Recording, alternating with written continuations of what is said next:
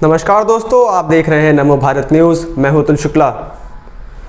दोस्तों, वैसे तो हमें जीवित रहने के लिए ऑक्सीजन की आवश्यकता पड़ती है, लेकिन आप क्या कहेंगे जब इसी ऑक्सीजन के बारे में झूठी खबरें फैलाकर लोग अपनी जीविका चला रहे हो, अपना मीडिया हाउस चला रहे हो। देश में जहां वैसे ही इस समय संकट का माहौल है, लोग डरे हुए हैं, वहीं दूसरी तरफ एनडीटीवी जैसे वामपंथी मीडिया दल इस समय भी झूठी खबरें दिखाने से बाज नहीं आ रहे हैं। दोस्तों, सबको पता है कि कोरोना के केसेस बहुत तेजी से बढ़ रहे हैं और उसी तेजी से ऑक्सीजन की खपत भी। लेकिन इसी बीच एनडीटीवी मीडिया ने एक खबर चलाई कि देश में ऑक्सीजन की कमी है, भारत को बाहर से ऑक्सीजन लेनी पड़ रही है। आखिर क्या है इसकी असलियत, मैं आपको पूरी बातें बताऊंगा, लेकिन आप यह वीडियो पूरा अंत तक देखते रहिए। इसके साथ ही अगर आपने हमारे चैनल को अब तक सब्सक्राइब नहीं किया है तो उसे सब्सक्राइब कर लीजिए। उसके साथ ही आप बेल आइकन दबाना मत भूलिएगा, ताकि आपको देश दुनिया की तमाम बड़ी खबरें हमारे चैनल के माध्यम से मिलती रहें। इसके साथ ही आप कमेंट बॉक्स में नमो नमो लिखना ना भूलें। दोस्तों, देश के प्राइम टाइम चैंपियन कहे जाने वाले मीडिया हाउस एनडीटीवी और उसके जैसे ही और वामपंथी मीडिया दल जो रोना रोते हैं गोदी मीडिया का, लेकिन खुद ही झूठी और भ्रामक खबरें फैलाते रहते हैं। हाल ही में एनडीटीवी, न्यूज़ 18 और मनी कंट्रोल जैसे मीडिया समूहों ने भारत के ऑक्सीजन निर्यात से संबंधित तथ्यों को अनदेखा करके भ्रामक रिपोर्ट प्रस्तुत की थी। हालांकि वास्तविक तथ्यों के सामने आने के बाद मनी कंट्रोल ने अपनी रिपोर्ट डिलीट कर दी। 20 अप्रैल 2021 को मनी कंट्रोल ने यह दावा किया था कि 2021 के पहले 3 महीनों में भारत ने 9300 मैट्रिक टन ऑक्सीजन का निर्यात किया। हालांकि मनी कंट्रोल ने यह नहीं बताया था कि निर्यातित ऑक्सीजन मेडिकल ऑक्सीजन है या नहीं। इस कारण रिपोर्ट में ऑक्सीजन की स्थिति चिंताजनक दिखाई दी, जिसके बाद बिना कोई फैक्ट चेक किए ऐसी ही एक रिपोर्ट न्यूज़ 18 के द्वारा शेयर की गई, जिसमें मनी कंट्रोल की ही रिपोर्ट का जिक्र था। जल्द ही ये रिपोर्ट्स सोशल मीडिया पर शेयर होने लगी, जिससे भारत में जहां मेडिकल ऑक्सीजन की आपूर्ति की समस्या सबके सामने है, चिंता की परिस्थितियां उत्पन्न हो गई। अब कोई खबर सरकार के खिलाफ हो और उसे एनडीटीवी ना चलाए या उस पर अपनी टिप्पणी ना दे, ऐसा तो हो ही नहीं सकता। तो इसके बाद फेक न्यूज़ फैलाने के लिए प्रसिद्ध एनडीटीवी ने भी भारत के ऑक्सीजन निर्यात पर भ्रामक खबरें चलाई। सरकार के द्वारा ऑक्सीजन निर्यात पर पूरी स्थिति साफ कर देने के बाद भी एनडीटीवी ने आरोप लगाया कि 2020 की तुलना में जनवरी 2021 में भारत का ऑक्सीजन निर्यात 700% तक बढ़ा है। हालांकि जब असली तथ्य और खबर सामने आए तो मनी कंट्रोल ने अपनी रिपोर्ट डिलीट कर दी और सार्वजनिक रूप से माफ़ी मांग ली। और मनी कंट्रोल के द्वारा ट्विटर पर पोस्ट किए गए माफीनामे में यह कहा गया कि भारत के ऑक्सीजन निर्यात से संबंधित रिपोर्ट को डिलीट कर दिया गया है, क्योंकि इस रिपोर्ट से औद्योगिक ऑक्सीजन के निर्यात की गलत तस्वीर सबके सामने गई, जिसकी वजह से भारत में अनावश्यक चिंता उत्पन्न हो गई। मनी कंट्रोल ने लिखा कि यह रिपोर्ट प्रकाशित ही नहीं की जानी चाहिए थी। मनी कंट्रोल ने अपनी गलती के लिए खेद प्रकट किया, लेकिन खबरों की पुष्टि होने के बावजूद भी खुद को खबरों का शहंशाह समझने वाले एनडीटीवी ने न ही अपनी रिपोर्ट डिलीट की, न ही कोई माफ़ी मांगी।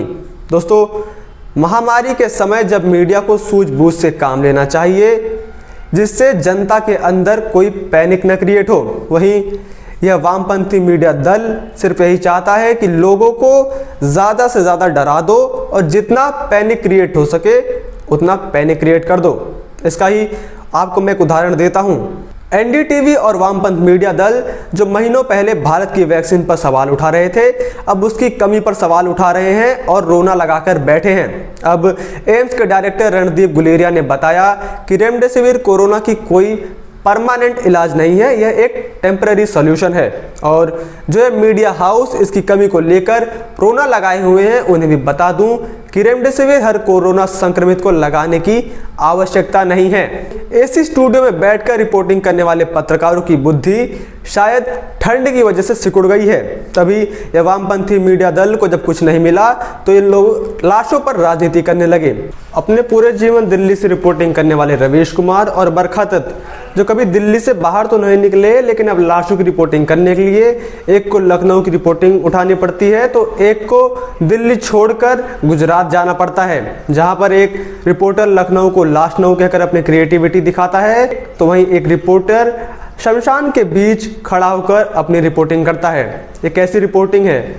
जबकि वहीं दिल्ली में किसान आंदोलन की वजह से हॉस्पिटल में देरी से ऑक्सीजन पहुंचने पर यह रिपोर्टर कोई रिपोर्टिंग नहीं करते हैं।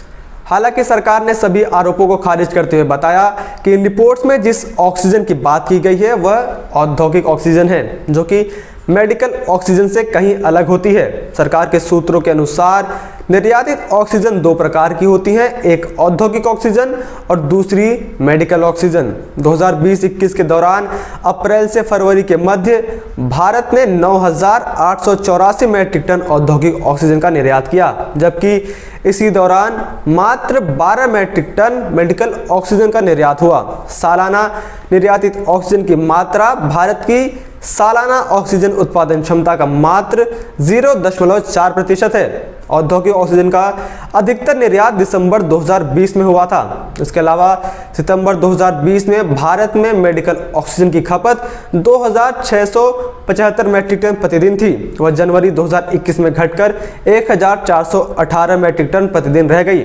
सरकार के आंकड़ों के अनुसार 2016-17 के दौरान भारत ने 15,000 मैट्रिक टन ऑक्सीजन का निर्यात किया था, जबकि इसी समय मेडिकल ऑक्सीजन का निर्यात 229.82 मैट्रिक टन था। अगले 5 वर्षों में ऑक्सीजन की मांग घटी, जिससे 2019-20 के दौरान औद्योगिक ऑक्सीजन का निर्यात घटकर 4,328 मैट्रिक टन हो गया, जबकि मेडिकल ऑक्सीजन का निर्यात इसी समय 9.62 मैट्रिक टन रह गया।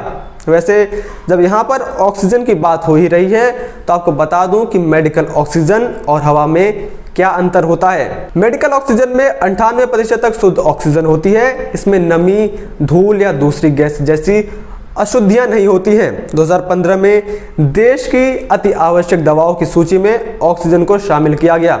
WHO ने भी जरूरी मेडिसिन में ऑक्सीजन को जोड़ा है। वातावरण में मौजूद हवा में सिर्फ 21% तक ऑक्सीजन होती है, लिहाजा मेडिकल इमरजेंसी में इसका यूज नहीं कर सकते। तभी मेडिकल ऑक्सीजन को लिक्विड फॉर्म में विशेष वैज्ञानिक ढंग से बड़े बड़े प्लांट्स में तैयार किया जाता है। वहीं आपकी जानकारी के लिए यह भी बता दूं कि मेडिकल ऑक्सीजन को प्लांट्स में कैसे तैयार किया जाता है। सबसे पहले वायुमंडल से शुद्ध ऑक्सीजन को अलग किया जाता है। हवा में 78% तक नाइट्रोजन, 21% ऑक्सीजन और अन्य 1% argon, helium, neon, krypton, xenon जैसी गैसें होती हैं। इन सभी गैसों से बॉइलिंग पॉइंट बेहद कम होते हैं, लेकिन अलग अलग होते हैं। ऑक्सीजन का बॉइलिंग पॉइंट -183 डिग्री सेल्सियस है। हवा को काफ़ी ठंडा करके ऑक्सीजन अलग करते हैं। हवा को जमा कर ठंडा करने पर सभी गैस बारी बारी से तरल बनती जाएंगी। उन्हें अलग अलग करके लिक्विड फॉर्म में जमा कर लेते हैं।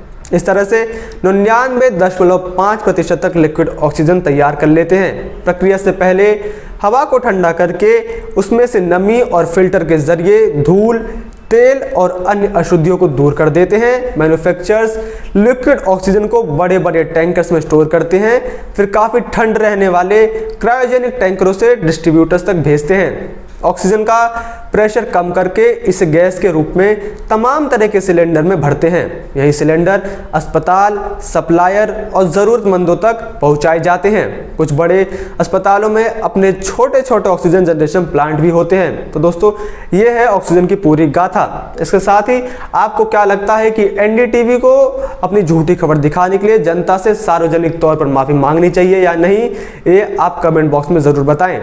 जय हिंद, जय भारत। वीडियो को लाइक, सब्सक्राइब और शेयर करना ना भूलें। अपने विचारों को कमेंट बॉक्स में लिखकर हम तक जरूर पहुंचाइए।